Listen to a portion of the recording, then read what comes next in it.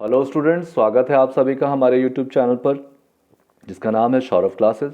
आज मैं BA semester 6 के डीएससी 3 और 4 पेपर से एक महत्वपूर्ण टॉपिक प्रथम अफीम युद्ध, उसके कारण एवं परिणाम लेकर उपस्थित हुआ हूं। तो चलिए शुरू करते हैं। प्रारंभ में विदेशी लोग चीन से केवल माल खरीदते ही थे। उसके पास कोई ऐसा माल नहीं था जिसे वे चीन में बेच सकते। इसके विपरीत चीन की चाय, रेशम और मिट्टी के बर्तन आदि की यूरोप में बहुत मांग थी।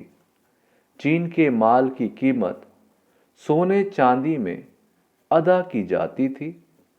धीरे धीरे इन विदेशी व्यापारियों ने चीन में भी बाहर से माल लाना शुरू किया। इंग्लैंड में इस समय तक व्यावसायिक क्रांति का प्रारंभ हो चुका था। एक बार अफीम के आदी होकर चीनी लोगों ने तंबाकू के बिना शुद्ध रूप से भी अफीम खाना और उसका हुक्का पीना शुरू कर दिया था। 1800 ईस्वी तक चीन में अफीम का इतना अधिक प्रचार हो गया था, उसकी कीमत उन माल की कीमत से अधिक बढ़ गई थी जो विदेशी व्यापारी चीन से खरीदते थे। चीन की सरकार इस स्थिति से बहुत चिंतित थी, क्योंकि स्वास्थ्य और नैतिकता दोनों की दृष्टि से अफीम का सेवन अत्यंत हानिकारक था। चीन सरकार ने क्रय विक्रय गैर कानूनी घोषित कर दिया था। अफीम के व्यापार को बंद कर देने से ब्रिटिश व्यापारी को बहुत अधिक नुकसान था। अतः वे इस बात के लिए उत्सुक थे कि चीन के साथ युद्ध प्रारंभ कर व्यापार संबंधी नई सुविधाएं प्राप्त करें। लेकिन ब्रिटेन और चीन के युद्ध का एकमात्र कारण अफीम ही नहीं थी, बल्कि अन्य कारण से भी युद्ध का कारण बनी, जो निम्न है। पहले कारण को देखेंगे। 1784 ईस्वी में एक अंग्रेज की बंदूक से एक चीनी नागरिक की हत्या हो गई थी। चीन की सरकार का कहना था कि उस अंग्रेज को चीनी पुलिस को सौंप दिया जाए और चीनी अदालत में उसके अपराध का निर्णय हो। ब्रिटिश लोग मानने को तैयार नहीं थे। अतः 1784 के इस मामले में उस अंग्रेज को गिरफ्तार करके चीनी अदालत द्वारा प्राणदंड दे दिया गया। इससे अंग्रेज असंतुष्ट हो गए और वे 1793 में मैकार्टन नामक अंग्रेज के नेतृत्व में एक मिशन चलाया कि कैंटन की अंग्रेज की बस्ती में अंग्रेजों को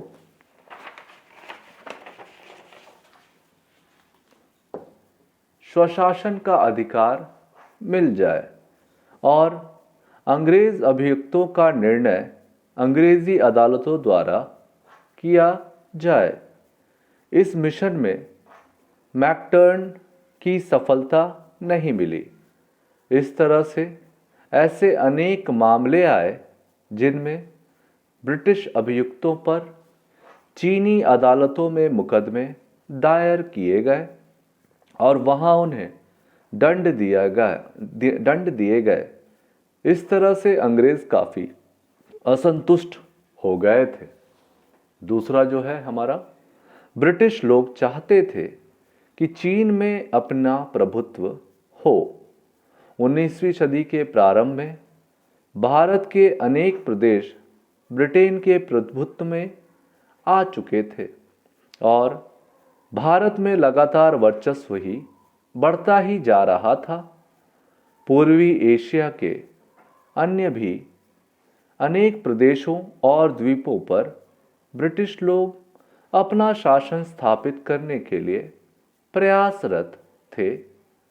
वे लोग अपना शासन स्थापित वे लोग समझते थे कि चीन की निर्बलता से लाभ उठाकर वहां भी अपना प्रभुत्व कायम किया जा सकता है। आगे बढ़ते हैं, इसके तीसरे कारण को देखते हैं। व्यावसायिक क्रांति और वैज्ञानिक उन्नति के कारण यूरोप के देश एशिया के देशों के मुकाबले में उन्नति की दौड़ में बहुत आगे निकल गए थे। इसलिए चीन भी एक प्रभुत्व संपन्न राज्य है और उसे यह अधिकार है कि व्यापार इत्यादि के संबंध में अपनी इच्छानुसार व्यवस्था कर सके। यह बात उनकी समझ में नहीं आती थी। चीन की सरकार ने यह व्यवस्था की थी कि विदेशी व्यापार केवल हांगकांग द्वारा ही व्यापार कर सके। जनता और सरकार के साथ उनका सीधा संपर्क ना हो। 1834 में ईस्ट इंडिया कंपनी के व्यापारिक एकाधिकार का अंत कर दिया गया था और अन्य ब्रिटिश व्यापारियों को भी अधिकार दे दिया गया था कि वे कैंटन में स्वतंत्र रूप से व्यापार कर सकें। कैंटन में विद्यमान ब्रिटिश व्यापारी अपने को केवल व्यापारी ही नहीं समझते थे, वे चीन में ब्रिटिश प्रभुत्व को स्थापित करने के लिए भी उत्सुक थे। इसलिए वे कहते थे कि क्योंकि उनका सुप्रिटेंडेंट ब्रिटिश सरकार द्वारा नियुक्त है, अतः वह यह अधिकार रखते हैं कि व्यापार विषयक मामलों पर सम्राट और उसके उच्च अधिकारियों से ब्रिटिश राजदूत के रूप में विचार विनिमय कर सके। चीन की सरकार ब्रिटिश सुप्रिटेंडेंट की इस स्थिति को स्वीकार करने के लिए तैयार नहीं थी। ब्रिटेन और चीन में जो विरोध बढ़ रहा था, उससे यह भी एक मुख्य कारण था। चौथा कारण देखते हैं। अफीम की समस्या ब्रिटेन और चीन के इस युद्ध का प्रमुख और तात्कालिक कारण थी। 1839 में चीन की सरकार ने कैंटन में एक विशेष राज कर्मचारियों की नियुक्ति की, जिसे अफीम के व्यापार का अंत करने का कार्य सौंपा गया। उसने ब्रिटिश और अन्य यूरोपीय व्यापारियों को इस बात के लिए विवश किया कि उनके पास अफीम की जो पेटियां हैं, उन सबको वे सरकार को सुपुर्द कर दें ताकि उन्हें नष्ट कर दिया जाए।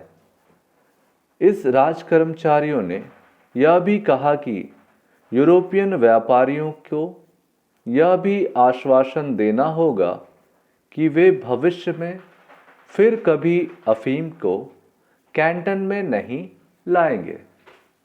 ब्रिटिश और अन्य यूरोपियन व्यापारियों ने अपने पास विद्यमान अफीम को तो चीनी राजकर्मचारियों के सुपुर्द कर दिया, पर वे भविष्य के संबंध में किसी प्रकार का आश्वासन देने के लिए तैयार नहीं हुए।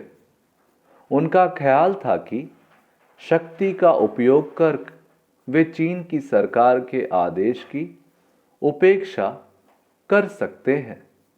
इस स्थिति में युद्ध का प्रारंभ हो जाना सर्वथा स्वाभाविक था। इस प्रकार से चीन और ब्रिटेन का युद्ध 1839 से लेकर 1842 तक जारी रहा। इस समय में ब्रिटिश जल सेना के कैंटन का घेरा डाल दिया था।